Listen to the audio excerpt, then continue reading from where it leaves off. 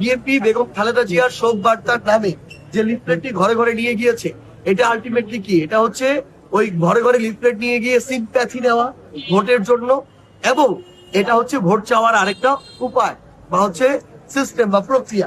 আমরা এটা নিয়ে কোনো অভিযোগ করিনি। গতকালকে তারেক রহমান আমরা নিজে দেখেছি, একটা দলীয় প্রধান হিসেবে তিনি একটা কার্ড দেখাচ্ছেন করাইল বস্তির ওই প্রোগ্রামে, দেখিয়ে বলছেন এটা দিয়ে এই হবে এই হবে, যেটা নির্বাচন আচরণ বিধির সুস্পষ্ট লঙ্ঘন।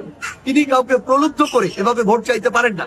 একজন দলীয় প্রধান যদি তার জায়গা থেকে এভাবে একটা কার্ড দেখিয়ে মানুষকে, যেটার কোনো অস্তিত্ব নাই এখন, তারা সরকার গঠন করতে পারবে কিনা এটারও কোনো নিশ্চয়তা নাই, সেখানে তিনি এভাবে মানুষকে প্রলুব্ধ করে ভোট চাইতে পারেন না।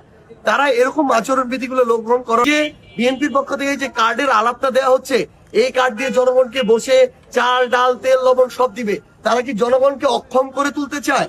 জনগণ প্রতিনিয়ত তার জীবিকা উপার্জনের জন্য একটা ফাইট করে, যে ফাইটের মধ্য দিয়ে তারা সবসময় নিজে স্বাবলম্বী হয়ে তোলে। যখন এই যে প্রক্রিয়াটা এইভাবে তো জনগণকে ধীরে ধীরে অক্ষম করে তোলা একটা প্রক্রিয়া করা হচ্ছে, তার কিছু লাগবে না, সব ঘরে এনে দেওয়া হবে, এরপরে নতুন কার্ড আসবে যেটা দিয়ে খাওয়াই দেওয়া হবে।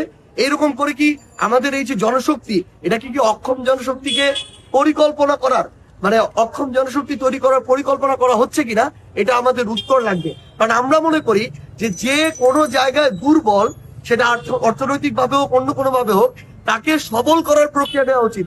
সহায়তা দিয়ে আরো দুর্বল করার প্রক্রিয়া, এটা দেশকে ধীরে ধীরে ধ্বংসের দিকে নেওয়ার একটা চক্রান্ত।